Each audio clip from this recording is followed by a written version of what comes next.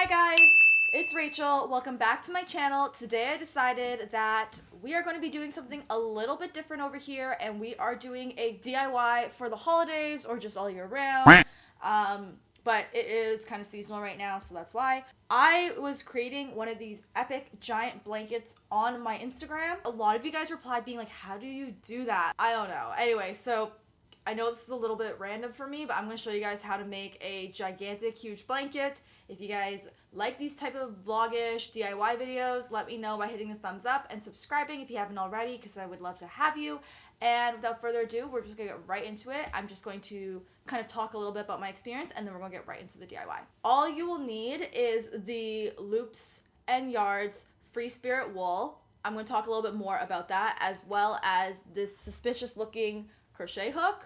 I know it looks like exactly what you think it looks like, but this really helps. I find that arm knitting, I've tried it before, you need a lot of space for arm knitting because you want to lie the blanket out flat as you're doing it. When you have a crochet hook or the knitting needles, you don't necessarily need to do that. I just personally find the crochet a little bit easier because it's only one tool, and also I've crocheted before, but you won't get the chevrons like you do with the arm knitting. I know a lot of you are going to be asking, hey Rach, why don't you just get one of these blankets pre-made? And the thing is, if you want to get like a handmade blanket like this on Etsy for the sizes I've made, they will cost you, I would say the queen one was almost like $1,000 Canadian, and then the smaller ones are around $400 to $500. So even though you're spending at least $200 on yarn for this project, you are definitely saving a lot of money if you want this type of look, and plus it's a lot of fun. So if you guys are interested in creating a gigantic blanket, please keep watching, and we're just gonna get right to the video. So making another big blanket. Yep. So we are heading to Michael's to pick up yarn. I've looked online, I've looked at Etsy, I've looked at Amazon, like just basically everywhere, other craft stores in Toronto. I've looked at their websites. I personally don't know anywhere that carries the Loops and Threads yarn. I believe it's just a house brand under Michael's, especially because Loops and Threads doesn't even have their own website. And I don't know anywhere else that carries big yarn like that at the discount I'm able to get it at, unless I buy like 500 skeins of wool, which I'm obviously not going to do. So we're going to Michael's. Last year I tried to buy this yarn and I bought a bunch, but it was a little bit different. It wasn't the Loops and Threads Free Spirit yarn. So I don't know if it sells out fast, or maybe they're bringing in more because there's more demand for big yarn lately. So we're gonna see. Hopefully our Michael's has it. If not, I guess we're not making this video. Okay, bye.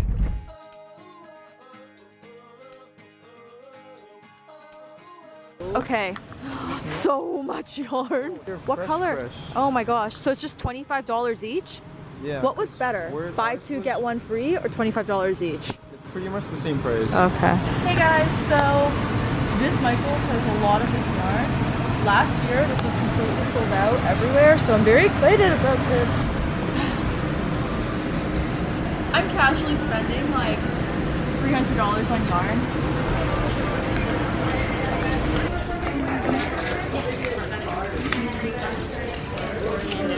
Thank you so much. Awesome. Thank you. Yeah, I already made one. That's how many pigs? That was about 6? Yeah, about 6, yeah. Honestly, dude, I looked on Etsy. They're like $700 on Etsy. Yeah, they're money. Really expensive, so it's worth it. And they're so comfy once you're done. Thank you. I have full-fledged grandma status. So it may look like I bought a lot of yarn, but it took me about 9 to create my queen size blanket. It was a little bit long and I should have done it maybe 6 stitches less and then more across. But anyway, it takes about 6 of them to create like the average blanket. So that is what we're going to do. If you are worried that your blanket may not be big enough, I do suggest buying more. Michael's has a really good return policy, so as long as it's not opened and anything, you can return it. So just keep your receipt after you're done your project. But yeah, we are going to head home and I'm going to show you guys how to do this. Okay guys, we are finally home. Have all my yarn here and I'm going to show you guys how I do this. This normally takes me about 4 to 6 hours depending on the size of your blanket.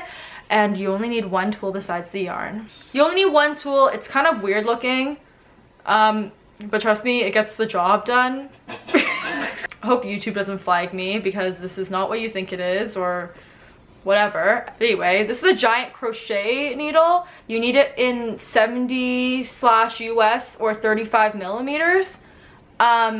So biggest crochet hook I've ever seen. This is what you need. We are doing a second double stitch crochet, which I'll teach you guys how to do. It's a little bit more difficult than single stitch crochet, but the good thing is it stretches a little bit longer, so that way you won't need as much yarn to complete a blanket. And I went into the intro a little bit about why I'm not doing the arm knitting technique, but I just personally find that this is a little bit easier for me, and you don't have to lay it out on the ground. You don't have to like have a lot of space to do this, and that's why I'm doing it this way. So this is the Loops and Threads Free Spirit yarn in the 50 millimeter. This is what the label looks like if you guys want a screenshot or anything. 54 yards, and like I said, I need about 5 or 6 of these to create a kind of living room throw. So we are going to start by creating a one slip knot, real easy, just loop. And this is going to be the start of your blanket. And you don't want them to be like super tight. So I feel like about 4 inches is probably a good length. Again, I'm not like a crocheter, so this is what you do. Then you take this, and this is just how you start. This is going to create the width of your blanket. So I did about 45 to 50 across for a queen bed, but since this is just going to be a living room throw, I am going to be doing maybe 20. We'll see how it goes. I'll let you know when I'm done.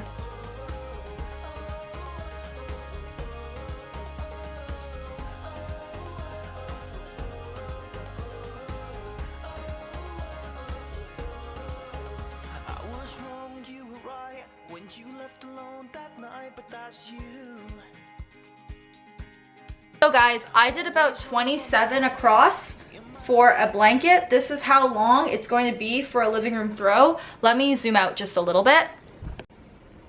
And now we are going to get into actually making it. So this is the only time that you can adjust the width of your blanket, so you are going to want to do this over or adjust accordingly at this step. This is the only time you can do this, so just letting you guys know. So guys, now that you guys have about 27 across or whatever length suits your fancy, I'm going to show you guys how to do this. So the first thing you want to do actually, and this is just for starting at the edge, so when you're on either edge and you're starting a new row like we're doing, because we're going to go around and build a second row, is you start by doing 2 more slip knots. Okay, and then you're going to find your next available loop-de-loop. So ours is here because it's 2 slip knots down. This is the first one, that's the second. So this will be where we should be, right about here. Okay, and then we are going to take our yarn and we're going to wrap it around once. And with that yarn, we are going to go in. So that we have 3. Then we're going to wrap it around one more time and pull through.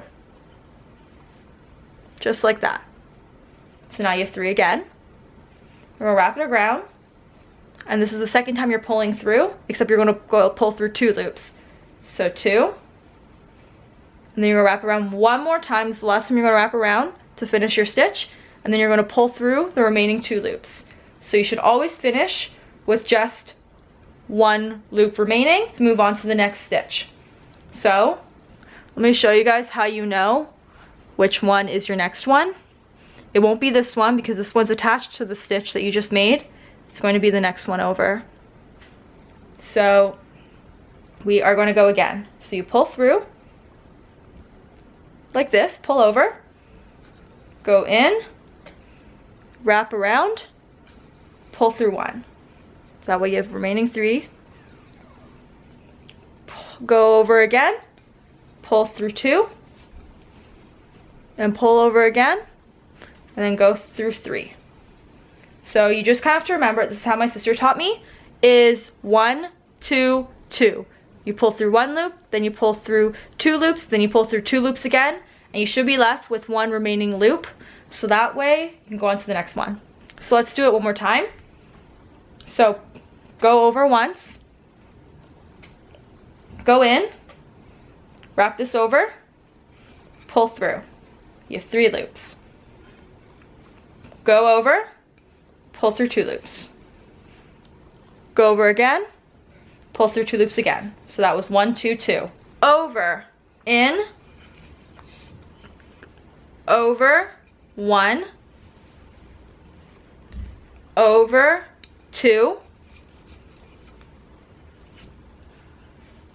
over, 3. You can kind of already see it. So we are going to continue this row, and I'm going to keep you updated on how to start a new row.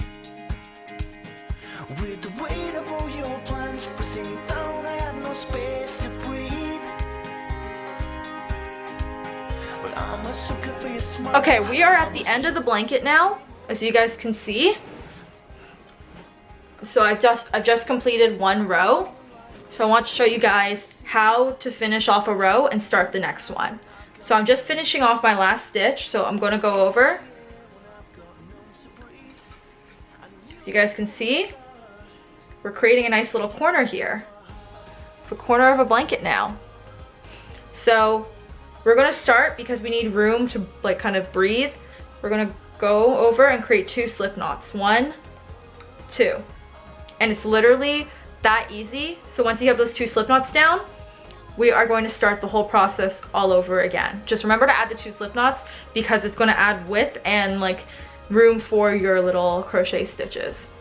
So I'm down to the last end of my yarn, so I'm going to show you guys how to attach it. It's actually very easy. All you're going to do is take the end of the next yarn, and you are going to tie a knot. Oh, here's my knot. It's all the rage. Oh, the last time I saw him, I think Crystal was just about to kill him. Hey guys, so this is literally the last bit of yarn, so I just want to show you guys what we're going to do. So obviously we're not all the way through the blanket, and this amount of yarn isn't going to cut it. So I'm going to finish as much as I can right now, and then I'm just going to tie a knot as flat as possible, so that way it will kind of be as smooth on this edge, because I don't want to waste so much yarn. So we're just going to go really quickly, and I think that's the end of it. So we're going to go towards the end here, and we're just going to loop it through like that, and then I'm going to tie a knot right here just to ensure. So now you have your blanket. I'm going to show you guys what it looks like on a bed and the size that 5 of these have made. But anywhere that you attach the yarn, as you guys can see, like right here, we have a little like yarn bit. We're just going to tuck the yarn in as well into all the other loops, and it should hide it pretty well. I don't like cutting it, because in case we have to tie it again or something, like you just don't want to risk it after you spent so much money and time doing it. So I like to put it in there. Okay, because it is the next day now. I just filmed the intro, but we are going to show you guys the blanket that I made versus the blanket that I have on my bed normally. This one took 5 skeins, like you could see, and it turned out really, really well. I think this is a perfect size for even just throwing across your bed. It may not go across, but if you just put it along the corner, it will look really, really good. Or you can do the 9 bundle blanket that I did, and it sits right across your bed perfectly. Honestly, I feel like this would even fit a king size bed. I talk a little bit on my Instagram about like the loopage and stuff like that, but I'll have all that in a blog post in the description box below for you guys if you guys need any more like detailed instructions or anything. But overall, pretty cool. I know that depending on the wool you get, it could be machine washable. This one says hand wash only, but I think if you put it in a delicate cycle and then you lay it flat out to dry on a couple towels, like on the ground, I think that will be absolutely fine. A lot of people use this wool for this certain project, and there's a reason why they use it. It holds up really well, and it doesn't really shed once it's like actually made. So with that being said, guys, I think that's pretty much it. I hope you guys enjoyed this DIY, and without further ado, I am going to go, but definitely let me know what you guys want me to create next, and I'll talk to you guys soon. Bye, guys.